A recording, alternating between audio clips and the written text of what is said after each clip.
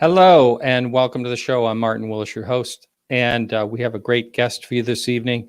We have Timothy Brigham, and he is a former professor. He has his Ph.D. in psychology from the University of Georgia, and he's actually been involved in the SCU, which is the Scientific Coalition for UAP Studies. And I've talked to a number of people. There's some great people involved in that. And so it's going to be very interesting. His take on the phenomenon and what it actually leaves in the wake after people have had, these encounters. So I'm excited to talk to him about that.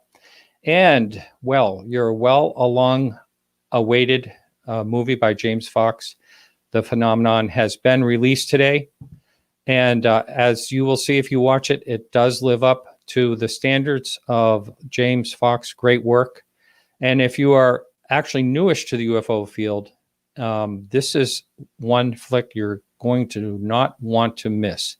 And I would suggest at this time, to order it on, if you're going to buy it because of the extras, if you're going to buy it and you don't care, that's fine. You can buy it at Amazon Prime, Vimeo, or Vudu. But if you want the extras right now, you want to go to either Apple TV or Vimeo, because those are the two that are definitely giving the extras. Something got clogged up somewhere, and some of the extras aren't getting out to people that bought it on Amazon. Anyway, I want to thank everyone who listens to the show, and I also want to thank everyone behind the scenes. We have a active Facebook page at facebook.com/podcastufo. So check it out over there. We're actually simulcast over there, and this is the first night we're simulcast over on Twitch as well. I'm not even sure. I wasn't able to pick out a category there, so I'm not even sure if anyone will even see it there, but it's going to be over there anyway. And I do want to thank all the people that support the show. I could not do this without your help. And anyone can support the show for $2 or more a month. You can find that Patreon link over at Podcast UFO. And at Podcast UFO, while you're there, check out the latest blog. We have blogs every week by our great author, Charles Lear. And this one is titled Edward J. Ruppelt and the UFO Myth. It kind of delves into Ruppelt's changing position on the UFO topic. It's extremely interesting, very interesting gentleman involved in Blue Book.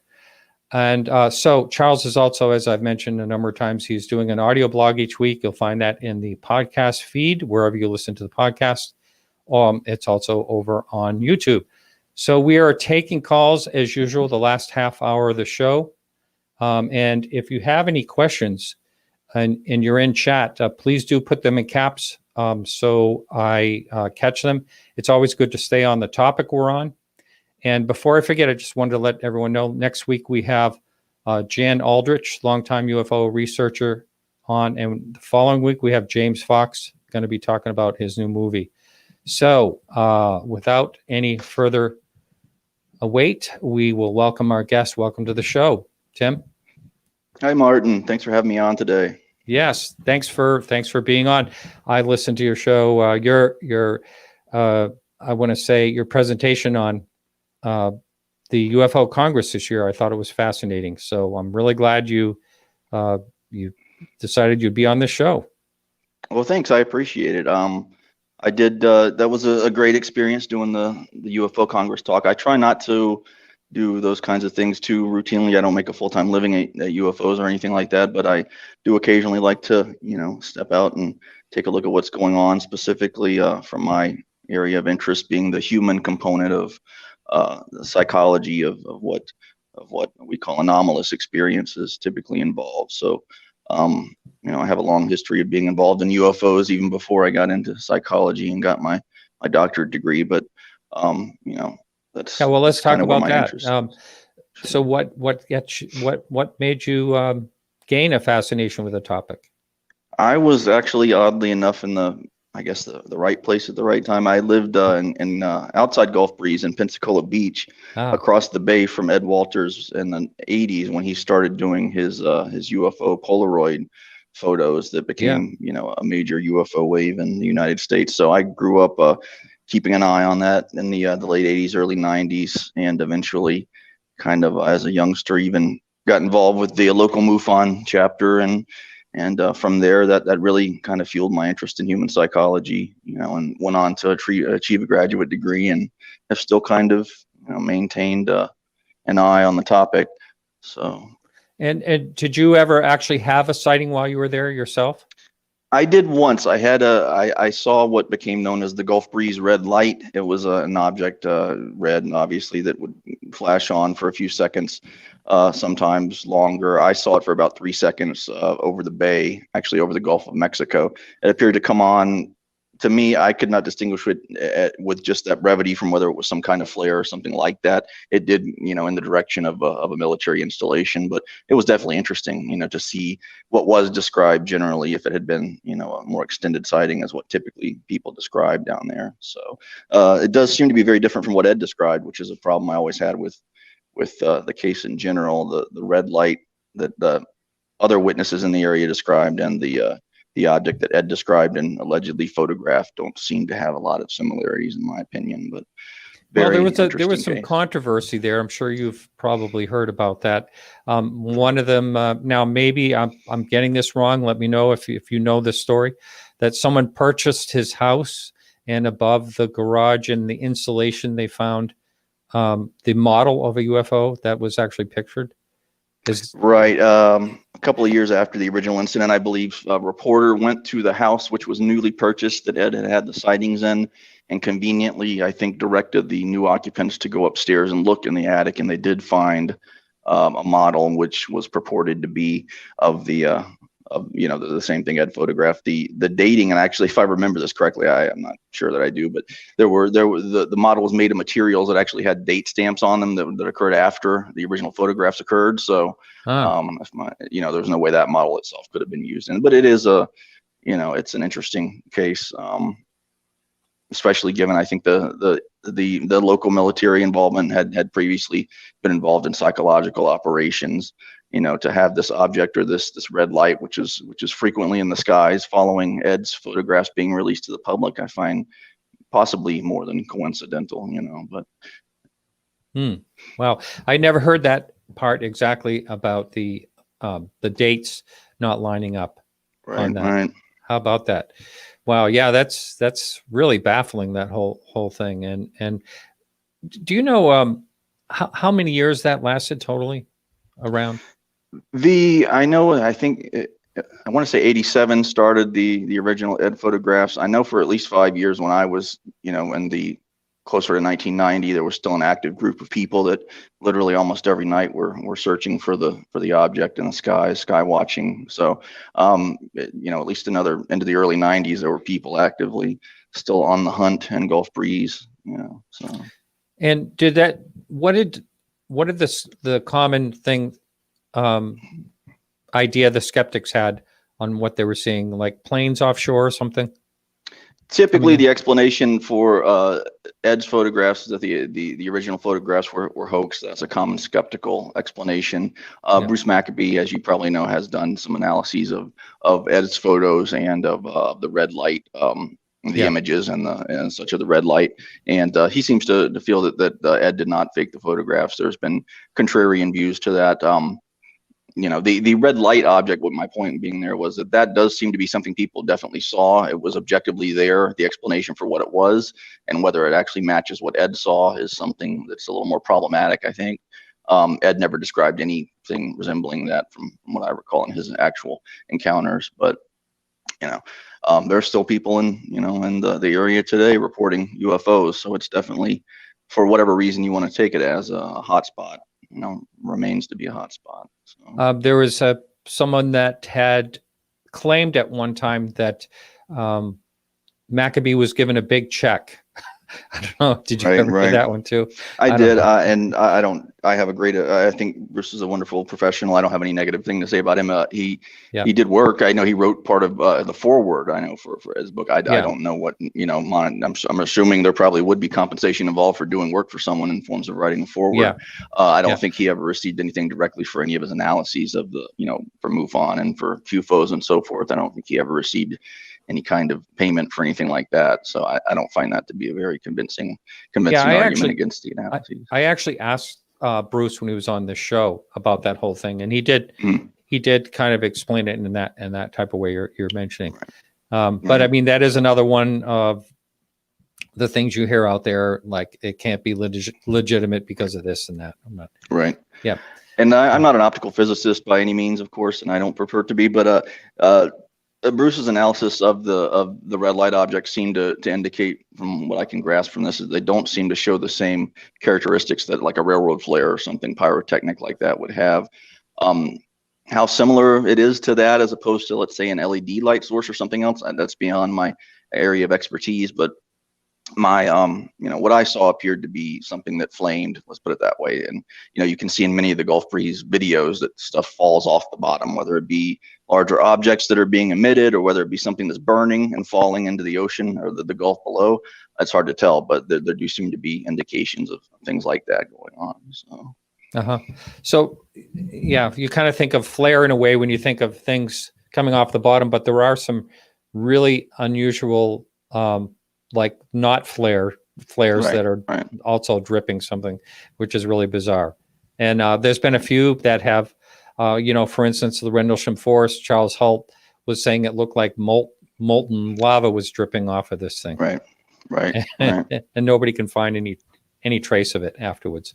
And then, of course, if we do we know what we're looking for? If it's just molten, slag, what are we what should we expect to find from that? I don't know. It's a little beyond my area of physical sciences, but I don't know what you can get from slag like that. But yeah. Before we go into like the UFO cases where people, it's changed their lives or whatever, do you also go into other topics of what people are claiming they're seeing, paranormal, etc.? My interest is kind of broadly in anomalies in that sense. So I think that if I understood your question correctly, I'm also interested in people who have reported near-death experiences, people who have reported a variety of anomalous stuff, right?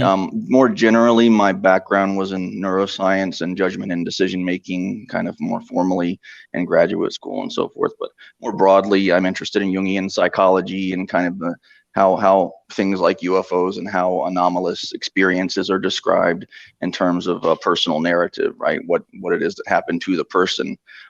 That's kind of been my area of focus, right?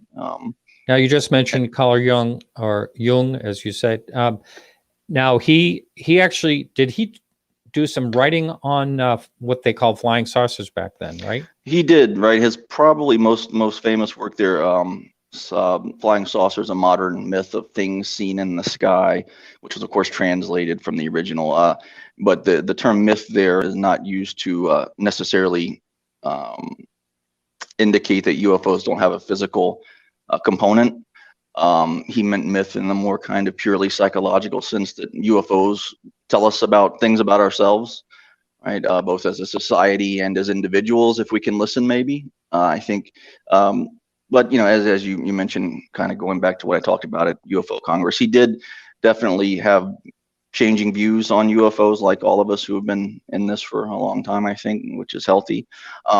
He did discount the explanations of Donald Menzel, for those who are familiar with UFO history, kind of predating even Philip Klass, with the explanations of optical illusions or radar being, just erroneous, things like that. So he pretty much discounted, though he directly said he discounted these kinds of explanations. So he did not see that there was an extremely simple explanation there, but he also, some of you may be familiar with kind of an older idea that he adopted for a while, that UFOs could be some kind of space insects, right? That could be some kind of physical, the large beings with metallic exteriors that float around in the upper atmosphere, right? So he along with his interest in ESP and how that might relate to synchronicity and things like that, he was a he was definitely open to these unusual claims and unusual ideas.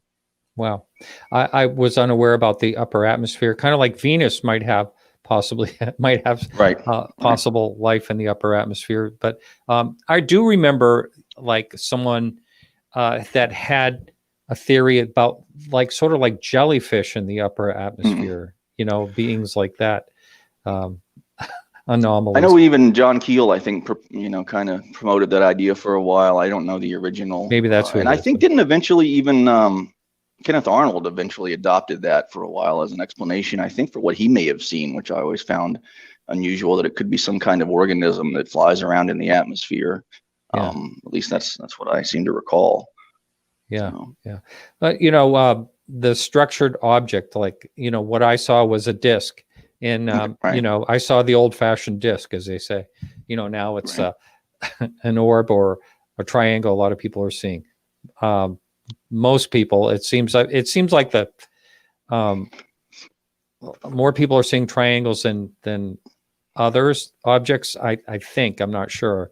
It just seems like they're really on the rise, and I think that's Right. also interesting that the type of craft seems to have changed over the years. Right. You know? And that's gets into the whole kind of question many of us have about UFOs. They do seem over time to mirror what's reflected in the society of the time. If we talk about airship sightings, we talk about, and of course with more modern sightings, it's the extraterrestrial or interdimensional explanation. But if you look back at airship sightings, they were described as objects with propellers on them, literally being elevated into the air by propellers. Whether that's an erroneous description by a witness or that's actually the form that the phenomenon takes to be acceptable to the person that views it, I don't know. That's I think an interesting question, which some people have kind of hinted at that idea. So, do you think I'm sort of feeling like there's a interaction and what people kind of develop that they're seeing? Is that'd be my intuition? Let's say I'm still trying to kind of coming to grasp with how that exactly works, but there does seem to definitely be an interplay between the witness and the external stimulus, whatever that may be. I mean, we have plenty of cases where witnesses describe feeling as if the entire event was for them, right? yes. Getting a sense of intelligence from an object as if they're being watched or things like that you would not seem to expect from just seeing an object. I mean, we wouldn't say that for a 747. I use that example we wouldn't assume the pilot is directing their attention towards us. So if that answers what you're, but when we try to look at things more on a more symbolic level, what some of these things represent, it becomes difficult because you sound as if you're interpreting this as a purely psychological thing, right? Whereas when it does seem to be there's an interplay between whatever this thing is and the witness, it's really hard to kind of grasp where that occurs. It does definitely seem to be an interactive thing, right? That the phenomenon objectively exists and it leaves physical traces. It does appear on radar at times, but it also has these non-physical characteristics where it can disappear in front of a person. These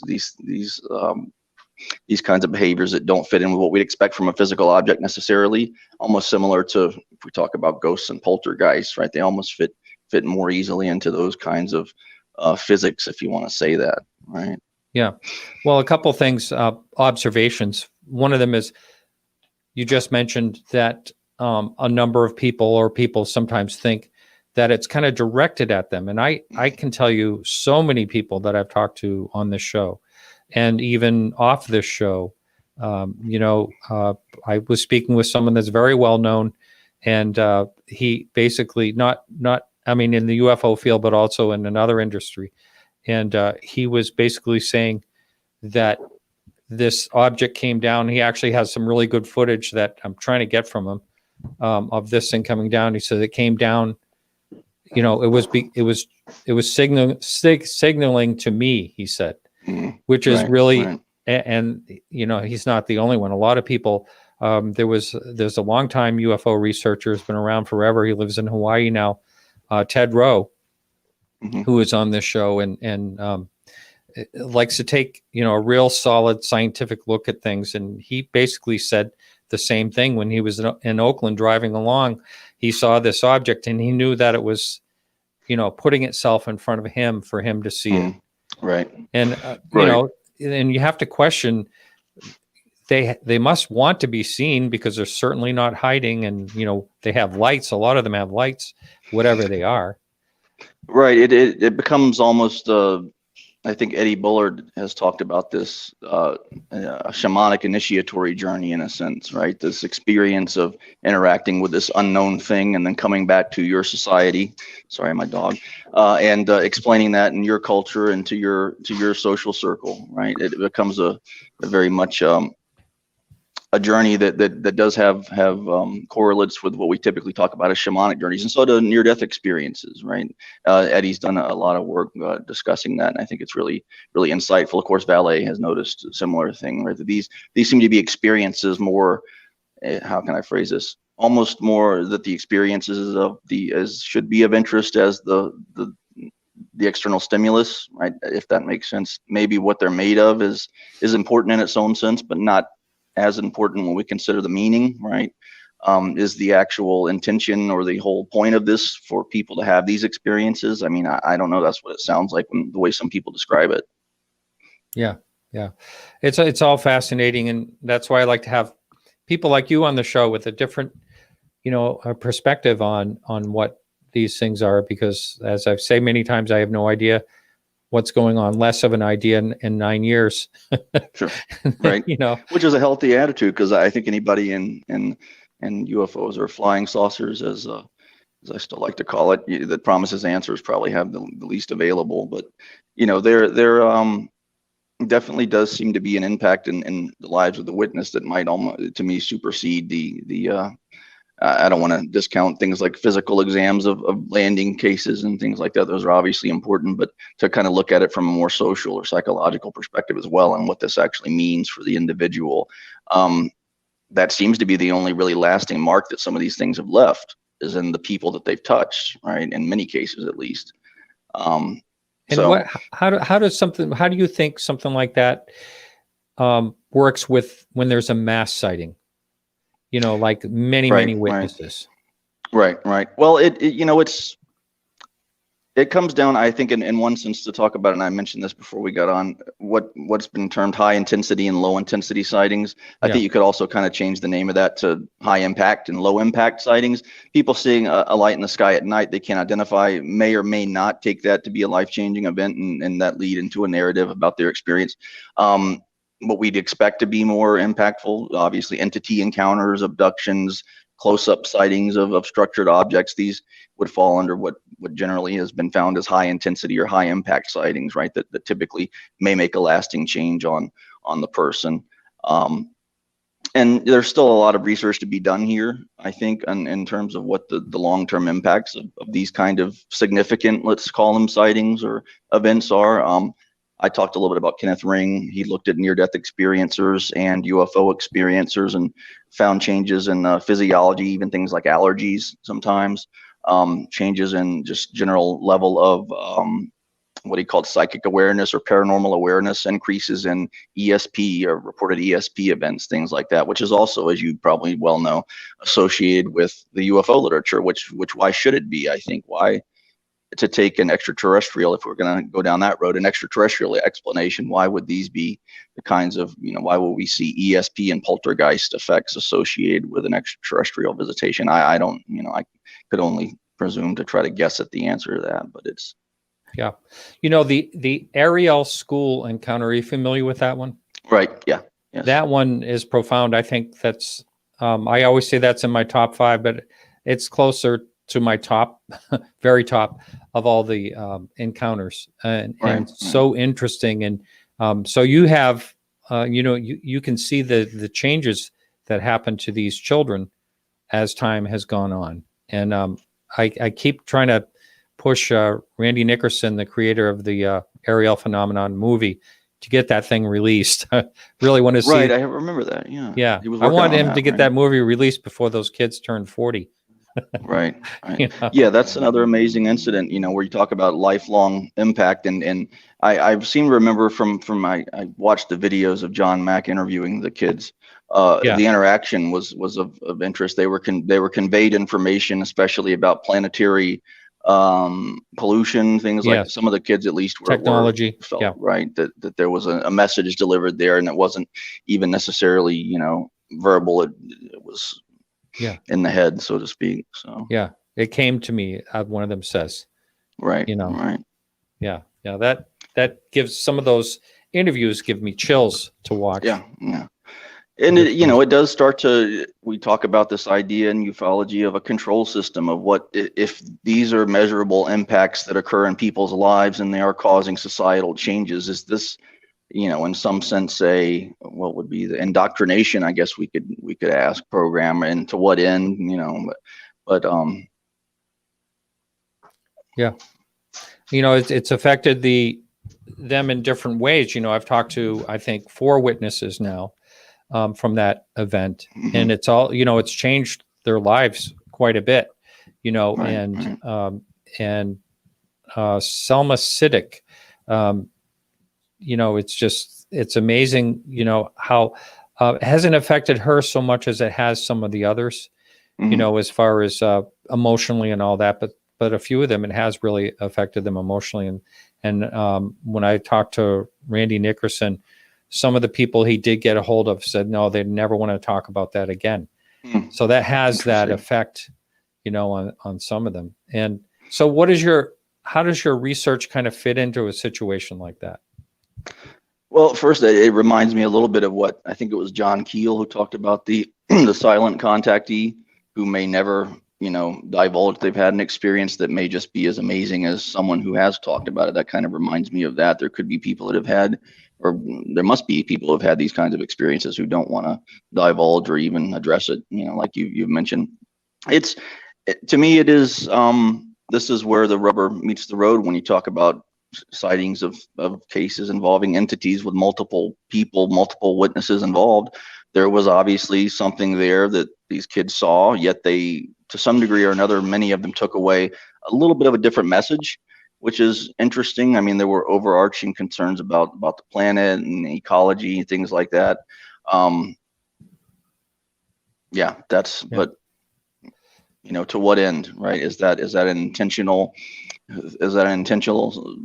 objective on the part of the phenomenon to kind of transmit these ideas? Is it just something that we as human beings, and here we get in, again, to this Jungian idea, are we interpreting these things based on our own inner experiences and our own dynamics, right? That these beings would have those concerns and convey them to us, right? Is it some combination of the two, which I think is most interesting, but of course the one that'd be hardest to prove, right? That there is some kind of interaction between what people physically experience and that seeming to impact them in a way that maybe if we were observing, we might not even be able to see, right? Wow. Here's a question from Stephen up here. Are you interested in the psychological impact or the actual event itself? I think they're both. My interest really is right now. I'm more interested in what the impact is, because that's something that we can look at the changes and measure those changes and kind of psychologically examine that impact. Look at personality, traits that change, things like that. Of course, the interest it's harder to get at what's actually happening in the moment, I think, right? Again, when we bring in the hard sciences, physics and testing for, trace cases, things like that, all these things can play together.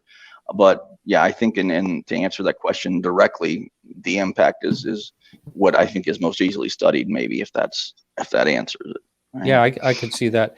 Just a couple of things. I have talked to the people that were involved in the Allagash incident, which is a really interesting case. Right. And the 2 changes that it made in 2 out of the 4 people, one, he completely changed his artwork. He was painting in one way, and all of a sudden he starts painting geometric. And the other one was one of the witnesses didn't really ever pay attention to math, and all of a sudden he became so good at it. He actually worked for NASA eventually, Right. using mathematical equations, and I'm not sure exactly what he did, but and so that's interesting. Now I have to tell you about a friend of mine and his reaction, because it's just so bizarre. I have a friend, I shared an office with him, and he's well known for the Antiques Roadshow. I'll just say that he's on the Antiques Roadshow. And so, and I've mentioned this sighting before and his reaction on this show. So for the longtime listener, you'll have to bear with me. But so he tells me, he finds out that I'm doing a UFO show because someone came into the office and they started talking UFOs, even though it's an antique, appraisal office is what it was. So he said, well, I know the real. So I go, well, yeah, tell me. And he said he was at Amherst College, and he was in the dorm tower, and he said with 4 or 5 other guys, and he says, I'm not going to say we weren't drinking, but anyway, it had nothing to do with it. He said all of a sudden something caught our eye, and this box-like object came right into the mall in the walkway above about the 15th floor or something. And he said it looked like a box, and it had lights blinking all around it, and it just stayed there stationary. He said, and then all of a sudden it shot up toward the mountains. And he says, then this jet came toward it. And he said, all of a sudden it burst into lights, 5 lights, and the lights started blinking back and forth. And so I go, oh my goodness. I said, what did you think after that? And he said, I could give a bleep. He says, I never even think about it. So I guess that's intriguing to me. Yeah. That's because how often can you ask people that, usually if you're talking UFOs with somebody, it's because they're interested, either if they had a personal experience and they place value in it. But again, getting back to that original or that previous idea, there are non-impactful sightings for people, but it's interesting to me that you could have something that out there to see it and then just say, well, whatever. But sure, some people. Yeah.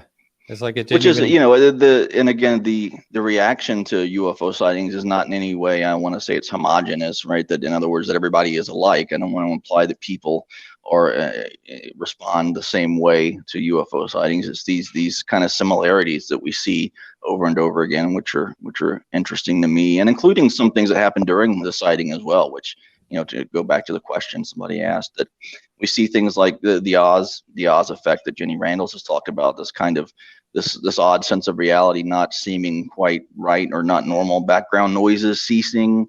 Again, the idea that the experiences was designed specifically for the person involved. Sometimes, and this is one that I've heard more rarely, but I've still heard, that actually losing the ability to hear at all. So people conversing and then suddenly not hearing each other when the sighting is going on. Yeah, I heard that too. I've heard that. Right. That happened at the Berkshires incident. Okay. Right. Yeah. Interesting. So here's a question from Mary Grace. Do you think that something is switched on in the brain of experiencers? Right. And I think this is a possibility. This is a way that some have kind of viewed this, going back again to people like Ken Ring, who have looked at these kind of similarities among people reporting that. And more recent research, some of you guys may have heard a little bit about the work Gary Nolan is doing on the biology of people who report these kinds of experiences. There do seem to be things there that, if I remember and I haven't seen in depth what he's doing, but there are differences in caudate putamen structure and people who have these kind of experiences. So this brain structure actually seems to have changed or be different than the general population, right? That maybe these people have an ability to tune into something that others might not.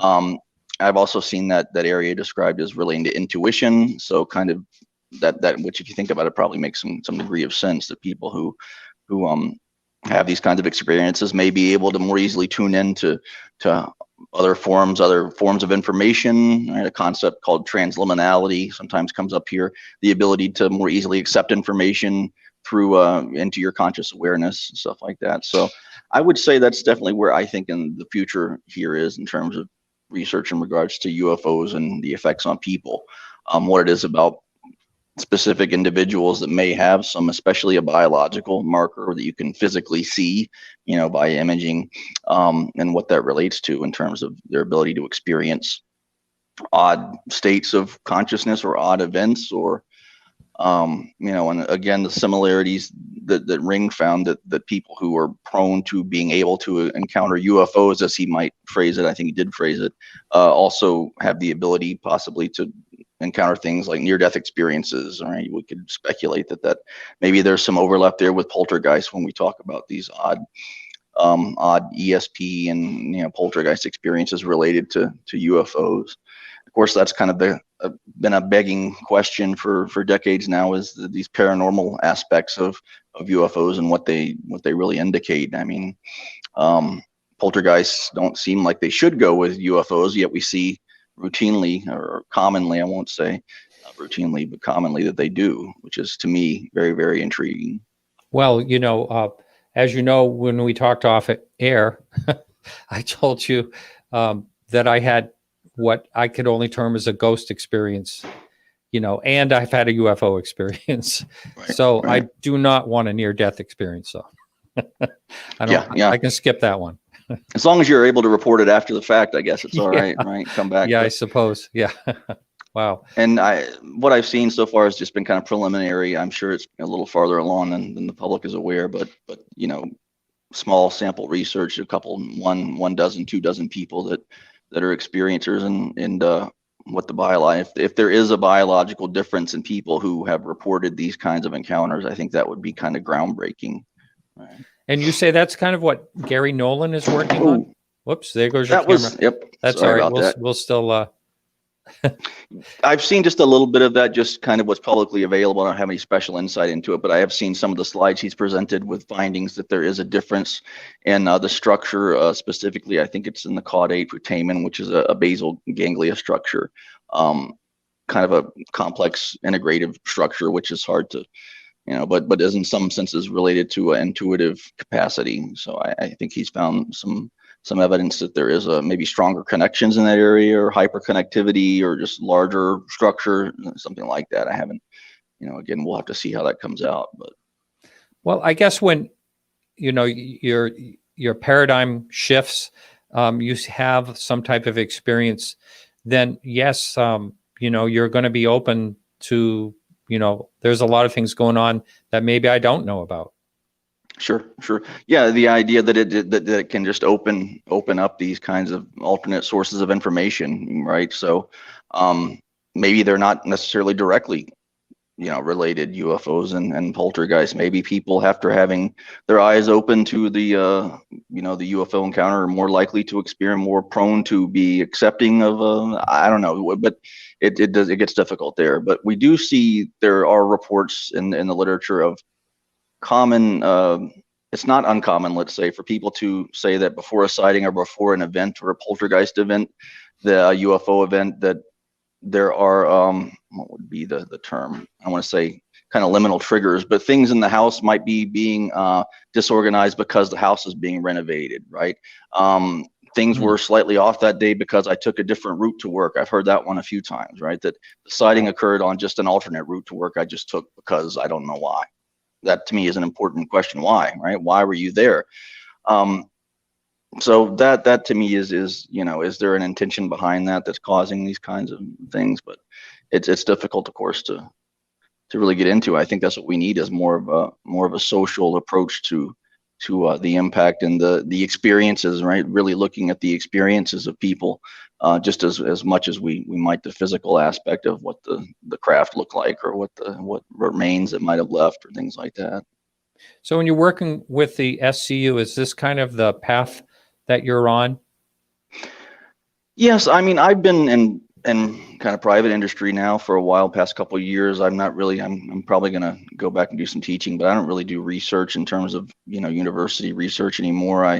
I see that we do have a lot of strong folks in the physical sciences in SCU. They've done some great work on the Nimitz sighting and the video, on things like that. But I think there are really only 2 or 3 of us that are in the social sciences. Doesn't seem like there's as big of a contingent there. I just kind of like to see other people take up that, and it seems like it's something that, with the work Gary's doing, that there's a lot of possibility there to actually find measurable biological differences in people who've had these experiences. Seems kind of like a game changer. Yeah. Camera's about ready to fall again.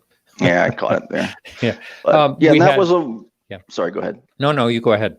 Finish your That thought. I was just going to say that kind of goes all the way back to when I started getting interested in UFOs, the social dynamic. I was lucky to be mentored in some sense by Jim Mosley of Saucer News, who was for years yeah. ran the longest running UFO zine or magazine for decades, and he was always interested in the social dynamics of both, you know, of UFO sightings and within the UFO community itself as well. So, you know, that kind of social aspect is what I kind of caught on to. I do believe we have a blog about him on our website. Do you? Okay. Yeah, not all that long ago. Wow, that's interesting. I didn't know that of that connection there. Yeah, I was actually lucky enough to be contributing editor to Jim's magazine for a few years, which means mainly I just fielded calls from him, you know, going over the new issue. But yeah, it was a great experience. So. Yeah, how about that? So here's another question. I don't know if you can read the screen. I know you're just using your phone there. Thoughts on the Skinwalker Ranch in light of the mix of UFOs and paranormal phenomena? I think he's kind of, he or she is kind of just hinting along, you know, the mixture of them all in one place. Right. Yes, and it becomes difficult to separate, right? I mean, do we want to, or should we separate it? You have these kinds of odd events that we might not, other than the sightings of actual UFO, what we commonly call UFOs, and you know, at the ranch, what these mysterious animals and things like that, what large wolves that can be shot and bulls getting out of pens and stuff like that. You know, it definitely seemed almost I don't want to say a great place for a social experiment as well, but some indication maybe that, you know, having teams of people out there in this, I don't know, you know, I know they were measuring the impact on the people at the property as well, I believe, when they did those studies, but I don't know whatever came out of that, but that'd be interesting to see. I watched a little bit of the this year. They had a Skinwalker Ranch. I can't remember the name of it. It was I think it might have been on History or Travel Channel or History Channel. I can't remember. I actually interviewed the people in the show, but I didn't follow that for very long, only because you know, a good friend of mine really knows a lot about the scientific equipment, and he was saying, you know, the things that they were using on site did not make sense. You know, it was. But anyway, so I kind of stopped watching that. But I don't know how that ever turned out. It was supposed to be crazy things happening during the season, which I never saw. Right. But it's still a very, very interesting place, and you know, especially all the variety, and it just makes you wonder why we have places in this world that are like that. It's not the only one. Right, and you know, again, we come down not just to structured UFOs, but these other kinds of odd, more strange animals and things like that at the property, and just odd events happening. It becomes more a question where you want to ask is the, you know, this again goes back to the old John Keel and Jacques Vallée idea that UFOs might be more paranormal than explainable by kind of common science. I don't know, that it's tempting, but maybe dangerous you to hold, right? But it does seem to be that these kinds of things go together in many instances, right? And that's one of it. Would be interesting to see what ever actually came out of that in terms of measured changes and things like that. But I don't think a lot of that's been made public as of yet. So yeah. When someone has, like, does it matter, you know, in your thoughts and what you're looking into when it comes to this topic? Does it matter if someone is a young child and has something happen? And I'd like to talk to you a little bit about these people that are claiming they're having, you know, abduction experiences. But for right now, just say there's a family, and the family's driving along a highway, and all of a sudden this UFO, you know, goes over their car, stops over their car or whatever, and they all experience this, and they're very, very scared. Does it affect someone at different age levels differently, or? I don't think there's been a lot on that yet. I would assume so, though. You know, that happening at different points in life, I would assume would have different long-lasting consequences. I think that's something that we should look at a little more. But I do think it's interesting that we see sometimes that people kind of adopt the story of the family. I noticed this in a few cases that I've seen where even when the younger witness might not fully remember the incident, they kind of rely on that narrative that was shared by the family. Specifically, I want to brings to mind the Cash and Landrum case. Now, this is not to Yes. discount but was it Colby? Yeah, Colby the younger. Landrum. Yeah. When he reported, I think it was on with you actually when he reported what. Wow, you have a good it memory. sounded, Yeah. that was, and he reported mainly what the older members of the families. It sounded to me more like he was expressing the story of what happened than his own recollection. And I don't mean that in a as an insulting thing, but as a young child, maybe you adopt the narrative more than the actual recollection. Yeah, I mean, you can remember bits and pieces, like he remembers, for instance, being under the dash and how hot it was, and all that, and and that he was terrified, certainly. But when you're, I think, I want to say he was like 7 years old or something like that. I can't remember for he sure. Was very young, I know. Yeah. But at that age, I mean, of course, you're going to remember something really traumatic like that. But I mean, you only remember bits and pieces like it was a dream normally, Right. Um, Right. And again, comes an issue with human memory being fallible and being constructive in nature. It's just natural for us to when we recount an experience in our lives to utilize a kind of a narrative quality. We fill in gaps that maybe we don't even realize sometimes that we fill in, or we make assumptions that we don't even know that we do. Again, that's not. And this kind of goes back to a bigger point that I want to make, that UFOs and reporting of UFOs do not seem in any way to be associated with psychopathology. In other words, this kind of common claim that was prevalent in, that UFOs are related to crazy people. Right. Does not in any way seem to be borne out by any kind of evidence, even looking at the literature. There's an interview with a guy who ran a major psychology clinic in an urban setting, where he saw literally 30,000 patients, I think, over the years. Not once did he Wow. said he ever had a case of it involving some kind of UFO claim. So I just find, that's anecdotal, of course, but interesting that really that I'd never seen, a case that exemplifies this idea that people are reporting UFOs because they're in some way delusional or hallucinating or anything like that. So and maybe that goes back to the Robertson panel with their, how to get rid of this problem. Let's just say people are hallucinating or misinterpreting, or I'm sorry, go ahead. Yeah. For those new, the 1953 Robertson panel basically was put in place after the 1952, such an active year in the UFO sightings, that they were trying to tamp down all the hysteria. And that's what the Robertson panel was about, basically. And I'm sorry, I didn't mean to jump in there, but from a conspiracy mindset, we can say, well, hey, this is obviously we could take a conspiratorial approach to that. But when you look at the impact that those 52 sightings had on communications abilities in the country, people being able to use the phone line to call the Pentagon, the reports were that the 52 wave kind of crashed the telecommunications lines in Washington. So regardless of what these objects were, just getting people to stop calling about them, right, was kind of the goal. So that's right. We have a question from over on Facebook from Abigail. Do you think a lot may be psychological, the brain trying to make itself make sense of what they are seeing and feeling for their own, and fearing for their own sanity? Sure, I think that's one way to think about it, right? I mean, if these experiences are as unusual as people sometimes are able to describe, we have to, just to keep our own sanity, impose a narrative on what it was that happened to us, right? We have to have a story. And I've noticed this in some of I think the Berkshire case, which we mentioned earlier, maybe that was before we were on the air, that you see people describing to the best of their ability what happened to them. And sometimes they just lack the words to do so. Being able to describe, one of the witnesses that was in that program basically described light. And that was as much detail as she could get to. There does seem to be an ineffable quality of many of these experiences, which is hard for people to convey. Yeah. I know exactly who you're talking about. You were talking about Jane, the older woman, who I thought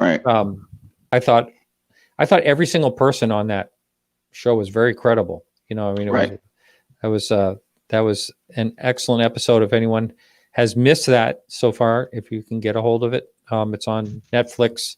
Unsolved Mysteries at episode 5, the latest version of that, which is really great. And I might have one more witness from that show on this. I'm trying to get a hold of one more witness that was involved in that, because I just think, I always knew that as the Tom Reed case, the Reed family case. I had no idea there were other witnesses until now. And there's another example, though, of a case where many of the people who involved, their lives were changed dramatically. I mean, if you saw the Unsolved Mysteries episode, you could see I think they spent some time in that, unless I'm thinking of a different docu, of some of the changes, the family went through based on reporting that experience, having that experience. Yes. It was really a good watch. That was actually the Reed family. Just the fact that they were, owned a restaurant in the middle of the town, and she got tired of talking about it or people teasing her. Some guy jumped up on a table and, was teasing her, the little green men or something. So, and actually Tom Reed's mother is very, very credible. I've heard her talk a few different times. But I saw her on an episode of, there's a YouTube show called The Behavioral Panel. I watch every one of those. Do you? Okay. Yeah. They're going to be on this show, by the way. Are they? I just was in correspondence with them last week, so that's great to hear. I was hoping they were going to do more UFO stuff. Okay, good. So Scott, I've been in touch with him, and I just wrote him tonight. Like, please, you guys get together every Tuesday night. Please, please let me know when you can be on. Make your decision tonight, because they were going to be on, and then one of them had to go somewhere, so the whole thing was dropped, and Gotcha. Just waiting for them to come back. Yeah, I love what they do. Right. And I think there's a lot we can learn there from how they look at witnesses, and I guess you could call statement analysis, although that's kind of a term that's been inappropriately used. Kind of there are ways in psychology we can kind of approach witnesses, and they do a good job, I think, of what we've seen from them in terms of, especially I don't want to say they're human lie detectors, but those are the guys that are the most recognized body language experts in the world. So yeah, and I do encourage people to check out the one on Bob Lazar. I was just thinking about whether I should bring that up or not. Right. But. Well, I'm going to talk to them about that when they're on. But okay. A lot of people don't enjoy when I talk about Bob Lazar on the show. All right. And that's okay. Everyone can have their own opinion on what they think about that. But Definitely So, all right, let's see. We just have just 3 minutes until we go into break. Okay. But I just did want to talk about the subject of what people are talking as, they term it now as experiencers, but as we had known for many years, called abductions. That's such a wide range phenomenon, whatever it is in this country, not in every country, but in this country in particular. And I guess I'm going to ask you, first of all, what are your general thoughts on those? Very definitely, I'll say I'm interested. Let's start there. There's something there that's of interest, whether, what the explanation is, what the literal explanation eventually turns out to be, one way or another. It's still intriguing that people are reporting these kinds of experiences.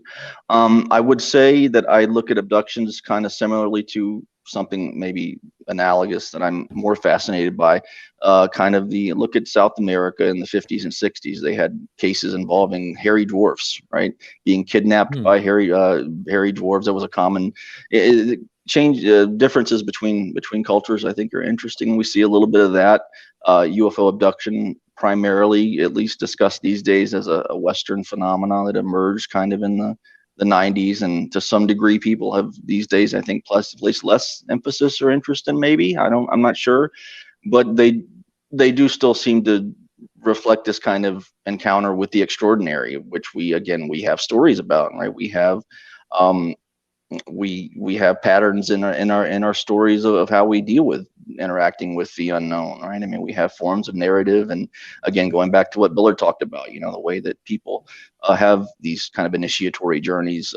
One thing that sticks out to me, I'll just mention briefly, in his work, he noticed that specifically in regards to abductees, most of the time, I think maybe in all the cases he looked at, people did not actually recall going through the doorway of the craft. They remember being inside right after being in their room, for example, but they don't remember crossing the threshold. He called this doorway amnesia, which he maps on analogously to some of the kind of more typical structures of experiences involving shamanic initiation, right? Have kind of similar patterns. So just something of note there that I think is kind of interesting. Yeah, very interesting.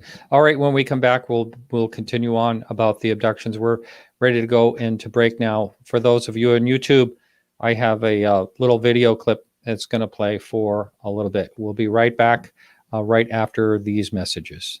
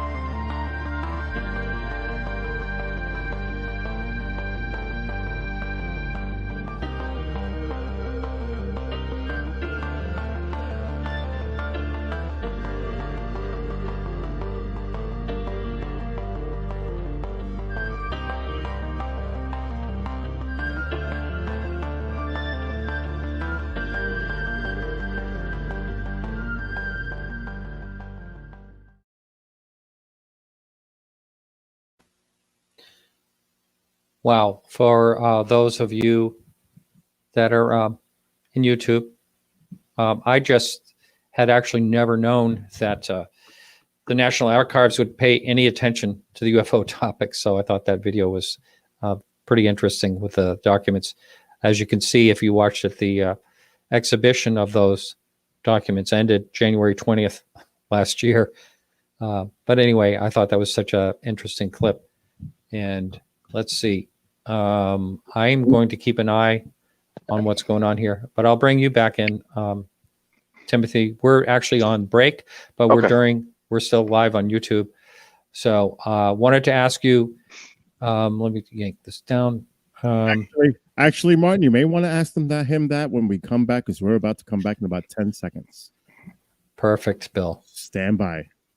Yeah, I think the second time I've done this. Yeah. In 3, 2, 1, go. All right, welcome back to the show. My guest tonight is Timothy Brigham, Ph.D. And we were talking before we went into break about the abduction phenomenon. And let's talk about, there's some major, I want to say the major case I mentioned earlier, the Allagash. The Allagash incident. There's also the Pascagoula incident, which is a fascinating case. That one in particular really changed Calvin Parker's life. You know, I talked to him actually a number of times, probably once or twice a month. But it really has changed his life in particular. Right, and you brought up Allagash, and I made a note here when you did that. That reminds me that we have seen in the literature of related to the psychology of UFO reporting, that artists are overrepresented. You probably know this kind of anecdotally, ranging from 4 of 13 in some samples to 100% to at least 3/4. There does seem to be an overabundance of people who have artistic talent in of those reporting UFOs, which is an interesting idea, right? Whether that's a chicken or the egg kind of phenomenon, we come to that question, of course, but definitely more so than you would expect, just if it was a random distribution of people reporting sightings. I had no idea. I had never heard that before. But really, had you not? Okay, no, and I'm a painter too. I mean, not that there you go. you know, but still, I had never actually known that. But now that I think about it, I think of Peter Robbins as an artist. So was Bud Hopkins, major artist, and Emily Trim is an artist that had. Oh, and think about Whitley Strieber, of course. I mean, maybe the example, at the top of the heap. Right, Tom Warner, that was on this show. Wow, amazing. Becomes the question of, is this an effect, or is this something that predisposes people to be able to experience these things? And I don't know. I think that's where the research, should go for in terms of the human psychology. What is it about certain people that can experience these things, and what are the other characteristics they might have? I mentioned at the UFO Congress, just as an aside, being in the elevator with Whitley Strieber and his long purported effect on electromagnetics and the elevator actually stalling. Of course, that's a one-off. I can't claim that it's, but Whitley said this happens all the time. I'm around elevators and TVs and light bulbs, and they go out. And luckily we got the elevator going again pretty quickly. But you hear that commonly as well. So whether there's electromagnetic, obviously there's some kind of relation to electromagnetics and in UFOs, as we've seen electromagnetic effects on people and cars and other things as well. So the stalling vehicles. Yeah. That is really fascinating. I never even thought of that angle at all. Now I'm really going to be thinking about it. I'll have to talk. And I think that we could see, organizations like MUFON or any large organization could gain a benefit by kind of looking at some of the aspects about the people doing the reporting. Greg Bishop and I have even kind of talked about, you asking enough questions, you can probably find some things that are extremely interesting you might not even assume, right? I mean, maybe it could be something as simple as people's favorite color is gray, and they more often report, or I said gray as a UFO pun there, not intentionally, but right. I mean, what is it? Are there characteristics between people that make them more likely to report or to have the experiences in the first place? I think that questions about what has been the long-term impact on your life, what was the immediate psychological reaction you had to the experience, things like that. Those could be integrated into questionnaires for UFO reporting, and I think they'd yield some really good information. Well, I will tell you this, that when I started painting late in life, like I was 42, but I will tell you that since I started painting, that I started really looking at things the way I never looked at them before, and I don't know if that's any part of it or not, well, we're talking about, with some of these concepts being able to kind of both communicate and get information that you might not otherwise be able to, right? So this concept that I like to go back to, of transliminality, of being able to allow information through your consciousness or your unconscious into your conscious, however you want to kind of look at that does seem to be associated in many cases with people who, or with reporting odd occurrences, let's say paranormal or anomalous, however you want to term it. Yeah. Now, you mentioned the different levels. And so you would say that if someone thinks they're experiencing abductions, they would be on the intense high end of it. Right. This has been a distinction that I've seen in a couple of pieces of the literature. I think it's useful because, of course, not everybody who has an experience and recounts it is going to fall into this is necessarily a life-changing event, like you mentioned your friend earlier. But of those that do, right, there do seem to be similarity, and maybe that in itself is a factor, right? People who place more importance maybe typically are people who are artistic. It's hard to to really start kind of creating those causal directions, but there do seem to be correlations, high in artistic ability, high likelihood of reporting something like this, right? Interesting. Wow. Now I know that Kathy Martin did she's the niece of Betty Hill. I don't know if you know who Kathy Martin is, but Yeah, I do. oh, she did a study with experiencers and basically the commonalities. That was what she was looking for. And she basically, the questionnaire was kind of an open-ended questionnaire, and then people would fill in. And it's strange. It doesn't matter where they were from. They had so many related commonalities. But I also, I don't know if that, it would be interesting to know if she ever talked about, artistic abilities and all that. Right.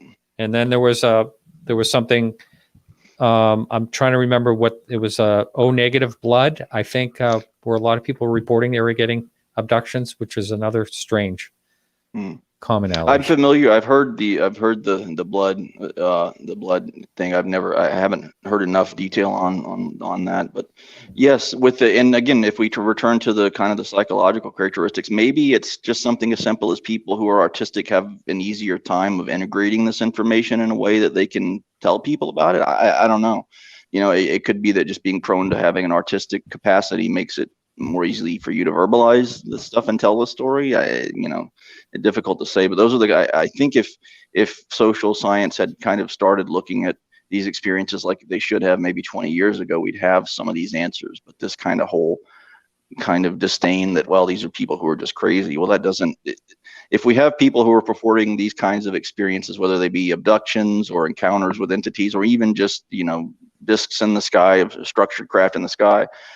The explanation that they're psychotic or delusional or paranoid schizophrenic does not have support. So there should be an approach, in psychology and in the social sciences to try to explain this, just to kind of leave it hanging out there as well. And I think the broadest explanation in popular literature was when I mentioned at UFO Congress, just this idea that, well, we live in a space age kind of society, and this is just the way that people report their traumatic experiences in a narrative involving science and not very explanatory. I mean, a nice kind of philosophical approach. I don't want to, but in terms of really looking at the people who report these things and not just kind of speculating about, well, they're probably just, paranoid schizophrenic when the evidence does not show they are. That's an area that human psychology research really needs to dig into, I think. Yeah. And do you think, is it just because of, you talked about the Robertson panel, kind of like the fringe idea of this, why it's not taken seriously and looked at more? I think so. I think whatever the reason there was initially set up, whether it just be a natural thing or it was a thing created that UFOs must in some sense relate to abnormal human psychology and must be the product of that. I think though, especially, with the stuff with the Navy in the last couple of years, that basically even that, people in the US Navy are saying they don't know what these things are. So to just automatically assume that the pilots are delusional and that we should write this off as not worthy of investigation is completely ludicrous. I mean, we have, I think that's kind of changed the attitude. I looked at a professor of mine from grad school just this morning on Joe Rogan. He was talking about UFOs. Hey, when I in grad school, nobody wanted to research UFOs when I wanted to research UFOs, but not Keith specifically or anybody, but that's becoming an area that people are openly kind of looking at now. So, it's funny. I was there'd be more support for research in that area. Right. I was speaking to a local artist, I don't know, maybe a couple days ago. And I said to her that, she said, so you do the show, I do a podcast on antiques and fine art. And I said, well, I also do another podcast. It's pretty popular. And she goes, oh, I love podcasts. What is it? I said, UFOs. And just to see her reaction. And I told her, normally, a few years ago, I wouldn't have told you this, but, ever since, it's in the news, like you mentioned, the Navy, is talking about it, the Pentagon, blah, blah. I'm not so worried anymore. I don't really care. And, it's an artist. It's not like I'm, going to potentially hurt my business in some type of way, which is as an art appraiser. Here's a question that came in here. Is there any reason to suspect the potential role of quantum entanglement in light of UFOs short and long-term effects on witnesses. Quantum entanglement, that's when like a particle is in one area, an electron and a neutron. Am I thinking that?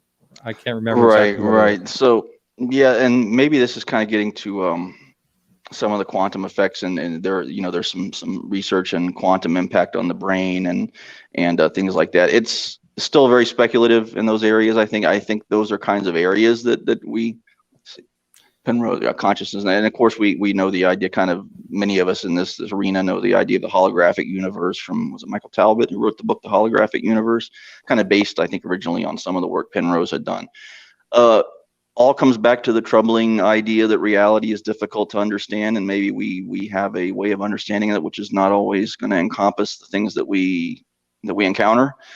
And again, maybe if we think about UFOs as some sort of control system, if we want to use that term, again, using kind of a valet term there, a thermostat, right? Whether it be an internally generated or externally, right? I mean, the idea that these could be apparitions in the sky that we somehow can create ourselves using some form of, who knows, right? But these kinds of ideas, I think, are where the question should go. I still can't say I understand quantum entanglement. I think, as the old saying goes, anyone who says they understand quantum physics doesn't really understand quantum physics. But, yeah, and string theory, that's another pretty interesting, I should say, interesting thoughts for sure. And I think the bottom line is, at this point, we really don't know. Right. We may not know. You mentioned Jacques Vallée and his thoughts on this whole thing. We may have no idea. Even if it was explained to us, we still may not have any idea at all what's going on.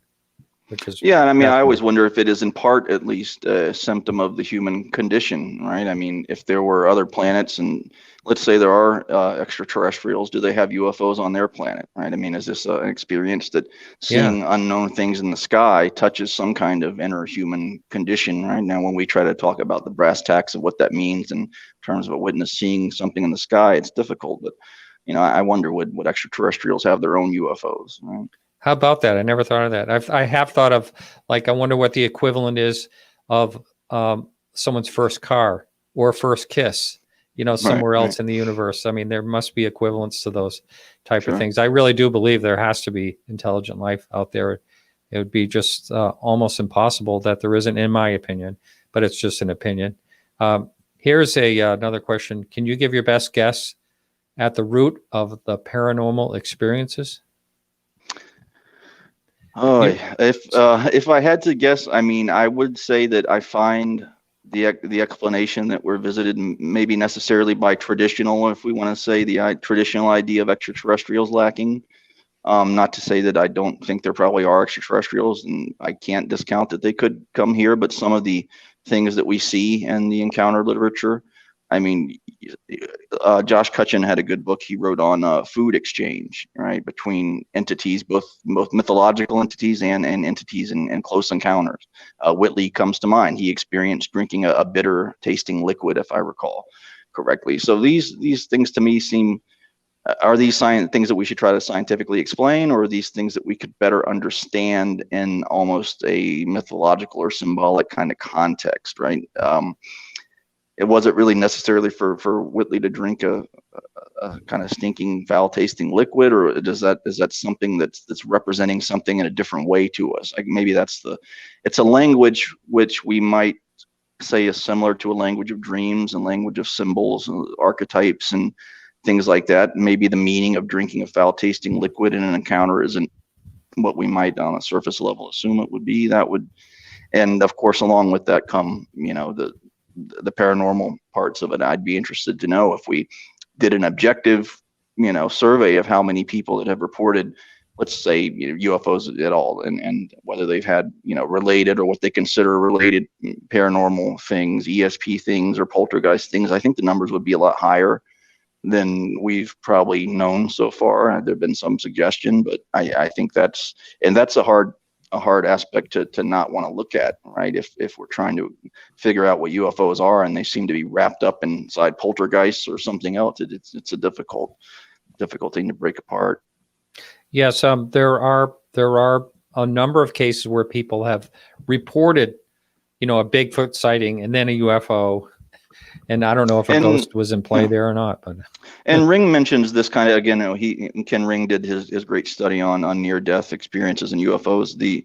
This idea of these kinds of, I'm sorry, I totally blanked on what the where I was going with that. Oh, the different kinds of effects. I'm sorry. Paranormal, what he called paranormal functioning being heightened. So telepathy, precognition, psychokinesis, reports of these kinds of things increased commonly after either a near-death or a UFO experience, as I dropped the book. But yeah. And near-death experiences, I know this is a UFO show, but those are really bizarre. Some of the things that people claim that they saw happen couldn't be explained, like a doctor whispering or something, or in another room or whatever. Yeah, there are, and it's not an area of my specific expertise, but you do hear of cases where people have objectively verifiable information. How that I think the near-death encounter and does kind of map on in some ways to, these are experiences, I guess, if to me, the interest is in the fact that we're conveying an experience that we've had, or that, the individual has had, that is not easy to verbalize. It might not be something that in our society we even have a way of discussing. So to me, the similarities there, and the attention to altered states of consciousness, and there does seem to be even some suggestion that certain kinds of childhood experiences can lead people to being more easily able to interact with non-ordinary realities, if we want to kind of adopt that approach.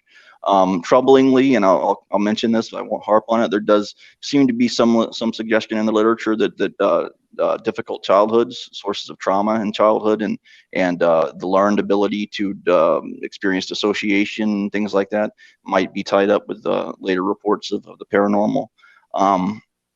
We'll have to see how that comes out. It's something I think there've been mixed findings on, so I don't think it would be as clear as we might want to first assume. Commonly people that in Ring's work, at least, people that were able to use his kind of view, people that were able to experience UFOs and near-death experiences commonly had histories in childhood of being in tune with other realities, aware of other realities, things like that. So interesting. Here's a question. You probably want to clarify this one. Can you read that? So he thinks that it's more likely an entirely psychological phenomena rather than an actual event occurring. I don't think you're. No, I don't think exactly so. That No, way. I think there's something that's stimulating the experience. Now, the hard part for me becomes how to figure out what it is that's actually causing I don't think that the traditional explanation that a person can have an optical illusion of something in the distance and then go on to convey this kind of experience is, a life-changing experience, is very likely. So no, I would say, at least if I, kind of get the underlying meaning of that question, I would not say that psychological explanations of UFOs are sufficient. We must kind of understand what it is. There's something on the other side of that is interacting with us. I don't know what it is. I don't know if it seems to be physical at some times. It also seems to do things that we would not consider physical. But again, anytime you kind of talk about psychology and how it relates to people's experiences, it might come across as if you're completely negating an external reality, but that's not what I want to do. That's not my intention, at least. Yeah. Now, you mentioned earlier your UFO sighting. Someone wanted to know if you had any other experiences in your life personally. Just the sighting, the red light sighting. A couple of oddballs, like we've all, had kind of random odd experiences. Nothing worth really kind of going putting out there. The UFO thing with in the early 90s, I think, and I was actually with a MUFON group when I saw that. Lasted, it was a 2 or 3 second sighting. Nothing. If it had not been that there was an area already kind of discussed in terms of the sightings, I probably wouldn't even put much emphasis on it. But being able to say I saw the Gulf Breeze red light was pretty cool. So. Yeah. And it's kind of funny. It seems like was that going on? That was in the 90s. You're saying it wasn't that also going on the Hudson River Valley about Yes, the I same remember time? similar. Yeah, because I remember Yeah. hearing at the same time, hearing what was going on there. So yes, you know. Yeah. Someone just said, I've heard people say this before, lights are not objects. I mean, you don't see a structured craft. It doesn't mean that there's not a structured craft, that the lights are mounted to. But, Sure.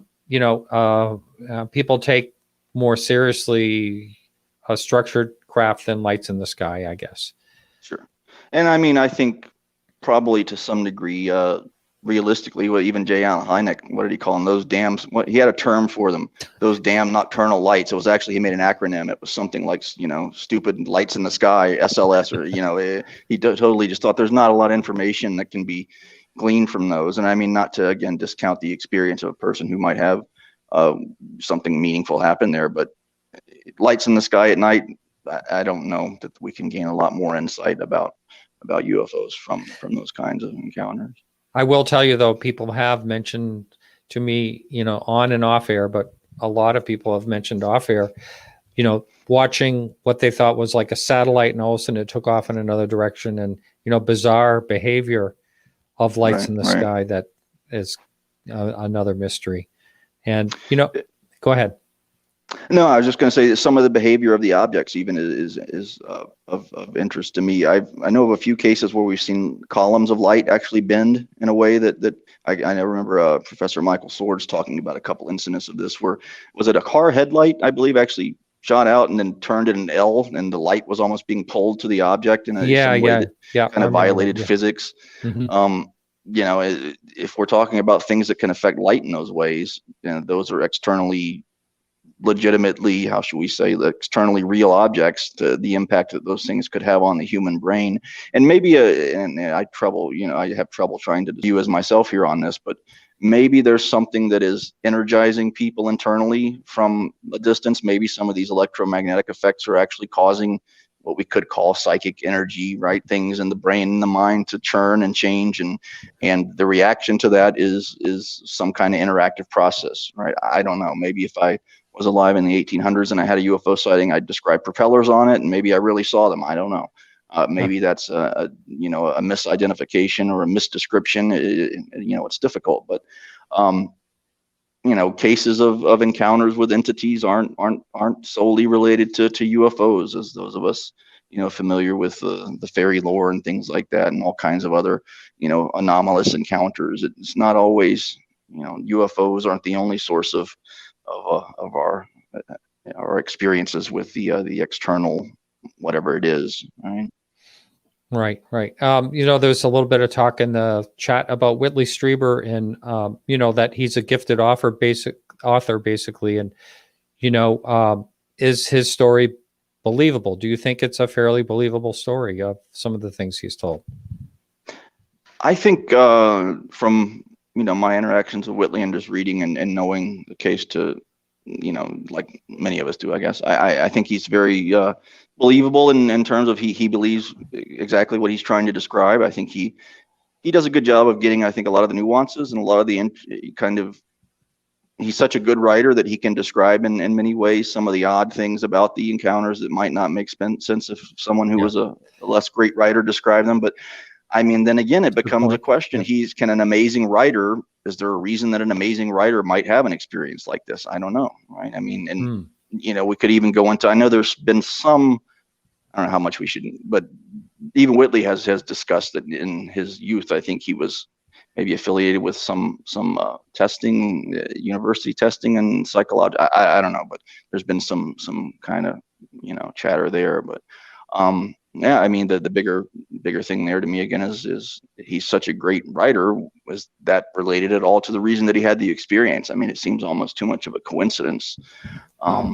Yeah. But there are many people in UFOs that come across as completely believable, and Travis Walton's probably one of the most believable people in UFOs, I'd say, in terms of having had, their own experience. Talk about the way it affects someone. I've had a lot of talks with Travis over the years, and he really wishes it never happened. Sure. Although, I'm sure there are, there's always something good that comes out of something bad. So, Right. Yeah, and I mean, I know with Travis going through, there were people targeting him specifically. I mean, I talk about Phil Class and people like, but if you've gone to a level where people are actively, just putting you in the community and saying you're a liar, and then Travis went through a lot. I don't think he gained much out of what he what he went through there. Maybe a different perspective. I don't think he monetarily has gained a lot from it. I want to discuss that just a little bit, because there's a misconception. Oh, he's making a fortune. He speaks at all these events or whatever. He's told me, we've sat and talked, and he says, "Do you know that since I'm retired, I have flexibility? So I'll pay out of my own pocket to travel to half of these things." And he says, and then it's like, the fee I get is enough to like cover, some other expenses or whatever. But he says, I don't do anything for the money. I could care about that. He just, he wants one thing about Travis. His story has never changed. It's always been exactly the same. And it's such an incredible story. And I noticed also that Travis, my understanding at least is that he's never, or maybe only once, has gone through hypnosis regarding the just incident. one time. So, he said he'll never go again. Yeah. And that makes me wonder if there has been some evidence that, and there was an article, actually it was a QFOs article, oddly enough, that people who were hypnotized more times actually reported more instances of physical abduction. How you interpret that, of course, but more hypnosis, more incidents of. So I just find it, again, to speak to the validity of what Travis has recounted, to not have gone repeatedly back and changed the story based on more recent recollections and things like that. Yeah, he basically said he does not ever want to do that again. I mean, it was horrific for him to go through that. That's interesting. That's another thing that I mentioned at UFO Congress. Bertolt Schwartz, who was maybe one of the biggest psychiatrists in UFOs for many years. He worked in hypnosis of people who had odd encounters, and he warns heavily, of some of the reactions to hypnosis that he noted, panic, just negative emotional reactions. So you don't hear much about those, I don't think, in the last several years. But maybe hypnosis is kind of not as in vogue as it maybe was in the 90s and early 2000s. I don't know. Well, I know someone that has been, just started practicing. She is really taking it serious and, very, very careful that she's not doing anything that may lead someone in any type of way, and just trying to be real thorough, and basically volunteering her time. She's not charging or anything. Sure. But it's pretty interesting, because I don't know how any of that really works. I just know people become more relaxed, and maybe they can, sort of access some part of the brain. I don't know how any of that stuff works. Right. Yeah, the hypnosis, I think the only really agreed upon definition or explanation is that kind of an altered state of focused relaxation. And I think that's been kind of as far as most psychologists would be willing to go. It is an altered state that we can achieve. Is kind of similar in some ways to an altered state people report from during the encounter. And kind of, to me, is interesting that you have these altered states involved across the board. But there's been mixed evidence in terms of the ability for hypnosis to help retrieve memory accurately. We all know anecdotally in criminal cases, sometimes there's benefits. Other times there may not be. I think the cost benefit there, I don't know. If somebody is struggling with an issue and they feel that can help them, though, I think there's possibly a benefit there, right? And I think that kind of overcomes the desire to question what these things are as well. I think it's important. Some of the better social scientists or psychologists and psychiatrists who have been in UFOs have kept in mind, the idea that their role is to help people treat what they may perceive as trauma or come to an understanding of their experience, not necessarily to be an investigator to explain it. Even, going back to Betty and Barney Hill, Ben Simon, I think his final analysis was that he felt the results of the hypnosis session were basically Betty reporting her dreams. He didn't take the explanation that the kidnapping had physically happened as a fact, but that wasn't what he was interested in. His interest was in alleviating the symptoms that Betty and Barney had come to him with, and I think that's very it's a good position, right?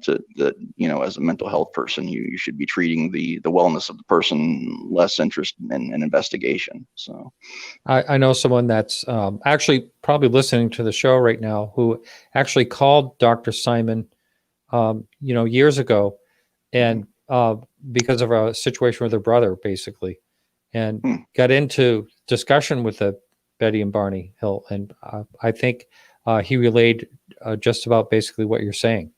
That, which is there's an excellent interview actually on the, if you're familiar with the Faded Discs UFO archive, you can find them on the way back. There's an interview of Ben Simon on a radio show discussing his take. He had Simon, you know, that's interesting because we kind of, that's the first UFO encounter in hypnosis that being, you know, tied up together.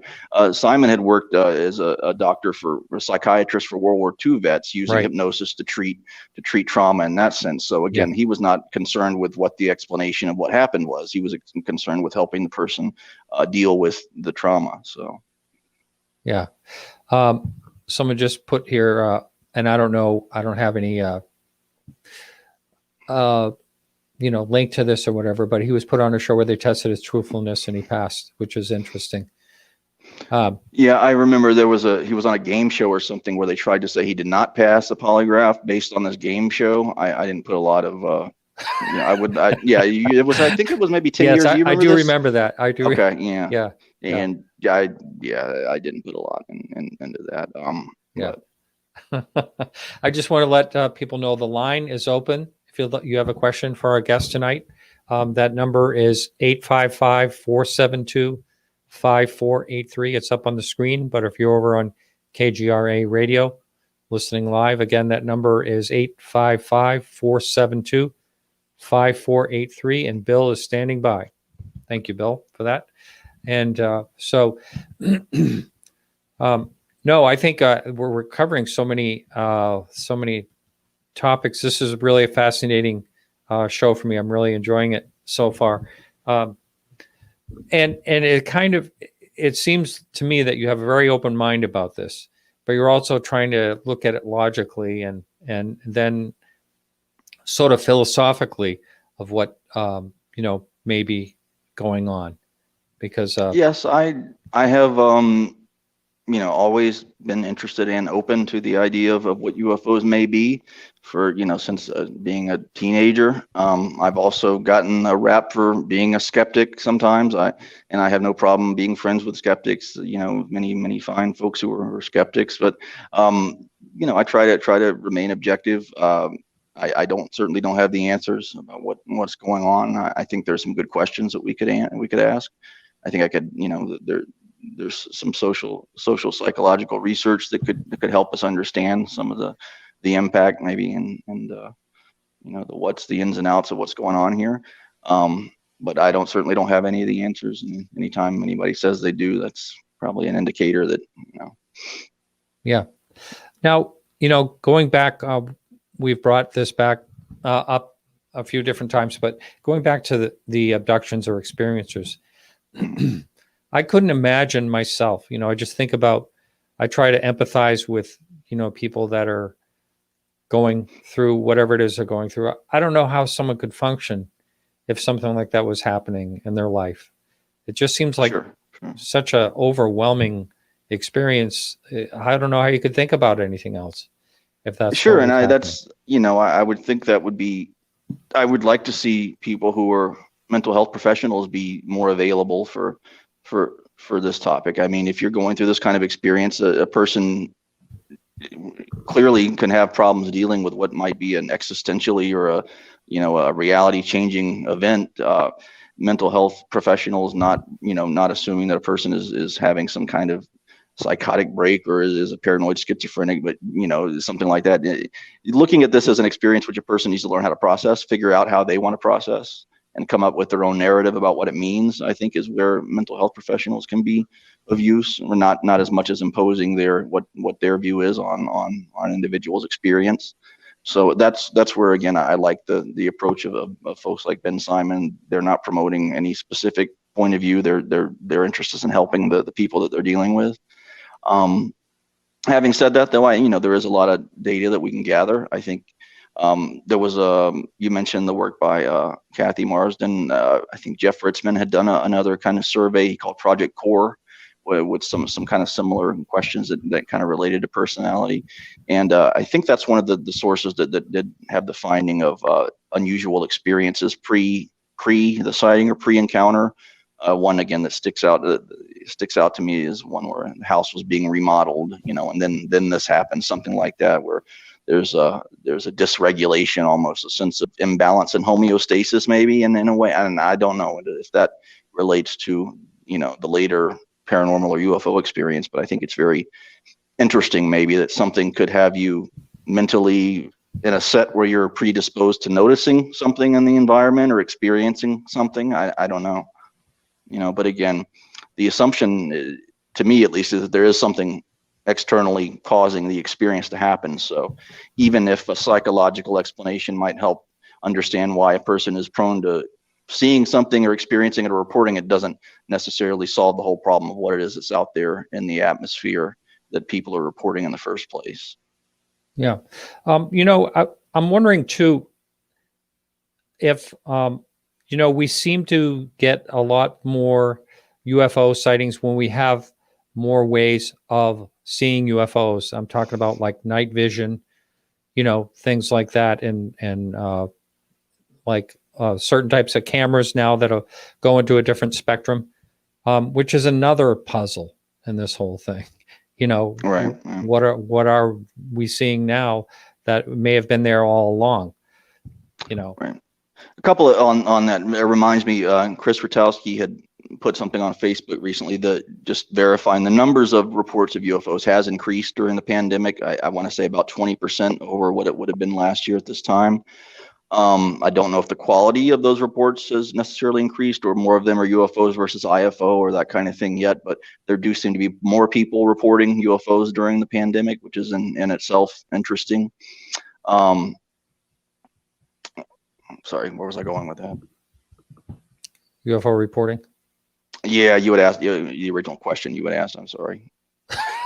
I was totally just blanked on what my second hit was. Yeah. This is terrible because I was just texting the person that spoke with Dr. Simon, trying to get her to call in. Yeah. So we were talking about increases in sightings recently, but yeah, that's what I'd heard from Chris Rutowski, that there'd have been about a 20% increase from looking at the numbers over this time last year. So if there's increased number of objects in the sky, or people are just more likely right now to report or more likely to notice, it's a tough thing to get a grasp on, but it's definitely of interest. Well, there's articles out now, lots of them that kind of went viral, and that is the increase of UFO sightings is greatly exaggerated. That's the title of it. Mm-hmm. And then it goes on to say that, it's because of the COVID thing and all that. I don't think it's going to make that much of a difference, because if someone is going to work, they're commuting, they're getting outside and driving or whatever, I don't think it's going to make that much of a difference in right. Well, it reminds me of, have you ever heard this one? I've heard that people that smoke cigarettes very commonly, yes, because, hey, you're outside, you're looking up. Walking the dog too. Right, exactly. Hey. Yeah. But. Yeah. Let's see. We have a caller. I'm just waiting for the name. Okay, we have, here we go. Hang on just 1 second. I have to add this, and I'm going to do this. And here we go. We have Ray calling from Vancouver. Welcome to the show, Ray. Hi, Ray. Hi, Martin. Hi. I'm a long-time follower. I have a delay on, so bear with me here.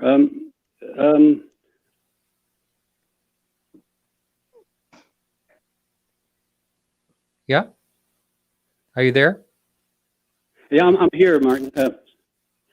I have a delay here. Okay. Yeah, and you have a question for our guest?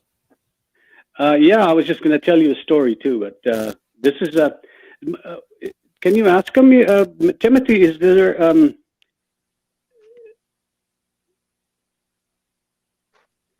a significant? Does he know anything?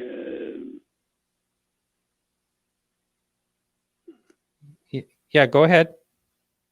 Yeah, does he know any significant thing about the numbers 1111 or 1111?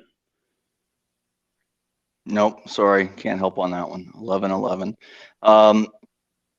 Nothing, eh? Unless there's a unless there's a numerological explanation or something that I'm not sure of. So I do know, though, since you bring that topic up, that's of course a common thing that people who have latched onto is noticing 1111 repeating number, but I couldn't tell you much more than that on it. Sorry. All right. Thanks for the call, Ray. Okay, I'm just going to tell you something else, but All right, go right ahead. Okay, it's a story about it's going to end up to that 1111. Now, what it is was it was a nice, beautiful night, July 25th, 2020, 10:48 p.m. Pacific time. Now, I went outside and our townhouse here, and you can picture this: 45 degrees in the night, beautiful stars out there. There were these group of lights flying over 45 degrees, maybe about 4 or 5 lights. Now, I was looking at it, and all of a sudden, it kind of faded away. You can see them. It's bright, just bright, beautiful lights, just bright white lights. And they disappeared. Now, the thing about it was like, oh, wow, that's weird, So anyway, I let it go for a while, but consecutively, one flashed. That's 45 degrees, and just around that side, and then another flashed. Now the flashes are getting closer above my head, and this is you're looking at about maybe 2,000 feet, because we're about 2,000 feet above sea level here. So anyway, what happened was the last flash of light was right above my head. Now, check this out. I was at this time, my iPhone, actually, sorry for saying that, but my iPhone just, it was out. I was watching some show, and my telephone went out. And then as soon as that light flashed above my head, it was 12 o'clock, it left, the light just went blink off, and then I jumped, my telephone just came up like crazy. Anyway, this is just like the segment from Close Encounters with when that saucer came above the car of I forgot the actor's name. He's a good actor. But anyway, Richard Dreyfuss, right? Yeah. It's kind of weird. It was funny. Yeah. Very interesting. Well, thank you, Ray. You take care. Yeah, thank you very much, Martin. Thank you. Yeah. All right, we have the person I was talking about. We have Donna from Massachusetts. Donna, welcome to the show. Hi, Donna. Hey, hello. I'm enjoying the show, and I have to say I agree with 100% of everything that you've been saying. I come to the subject having a lifelong interest, and I had a brother who experienced or said he experienced something very similar to, an abduction experience, basically, but had some different features than the Betty and Barney Hill, the one case at that time that was well known in the culture. So that was kind of interesting. But my brother had issues, and going back to there aren't enough mental health people that take it seriously. And his case, was basically all about this abduction type thing. Where do you go? So it was the 70s, and I was living right outside of Boston, and I remembered Dr. Simon's name and called information, and he was still in practice. And I called looking for, concerned about my brother and thinking that he will be, go right to the top of, a resource if he'd be willing, thinking perhaps he has a whole caseload of patients that have had these experiences. And So I called and I explained what I was looking for, and I was very surprised that he returned the call. And it was out of concern about my brother, basically. And and he told me that I asked if he, was just to verify it was the Ben Simon involved in the case, and it was. And he said, it's been portrayed that I believed that they were taken on board a ship, and he said that that is not the case. You're talking Betty and Barney Hill, just so people know. Yeah. Oh, yes. Oh, I'm so sorry. Oh, that's all right. That's all right. Yeah. Okay. So I told him basically my brother's story, and he said, well, I never believed that that's what happened to them. I don't think they were hoaxing, as I said, but he thought it was more of a psychological, and it's funny now looking back at it, like that you could just talk about it, but I guess it was a public case. So, but he said that he felt that that a lot of it was a sheer delusion. I'm trying to remember the French term for it.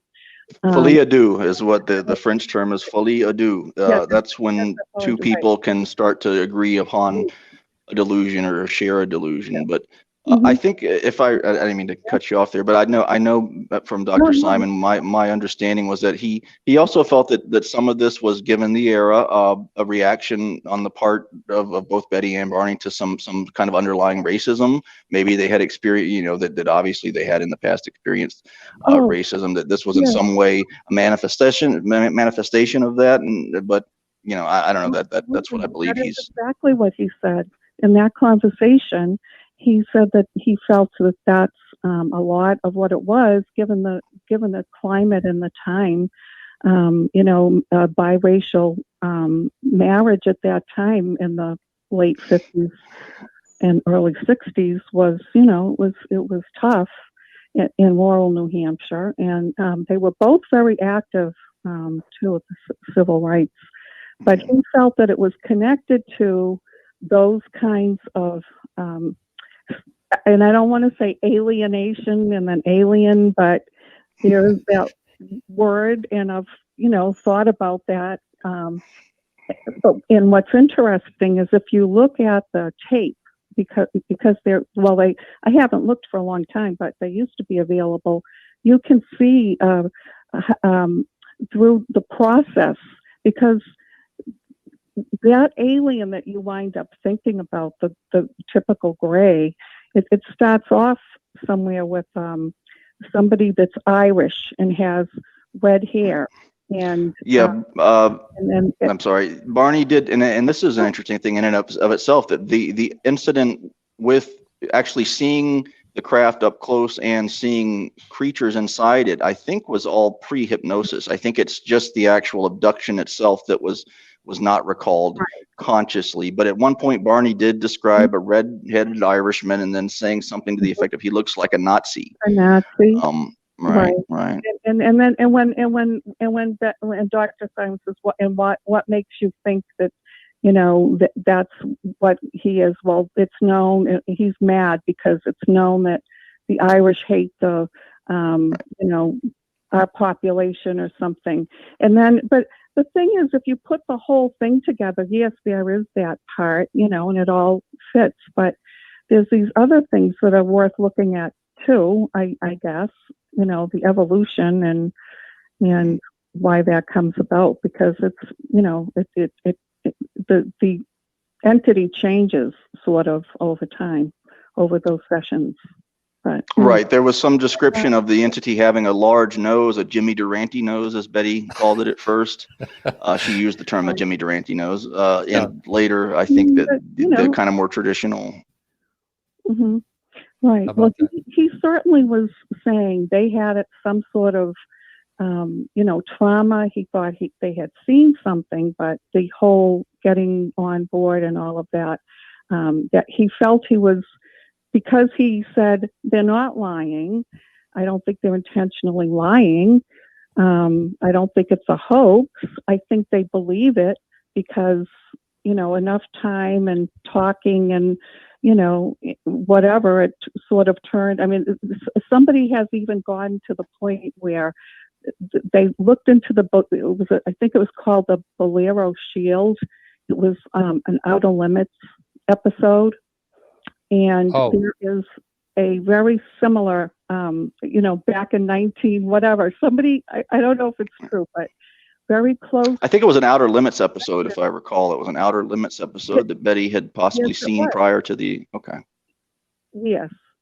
And it was a very similar looking alien, and somebody timed it. Now, I apologize if this is incorrect, but I've heard it from some source that, or I read it somewhere that there was an episode right around the time of one of those sessions.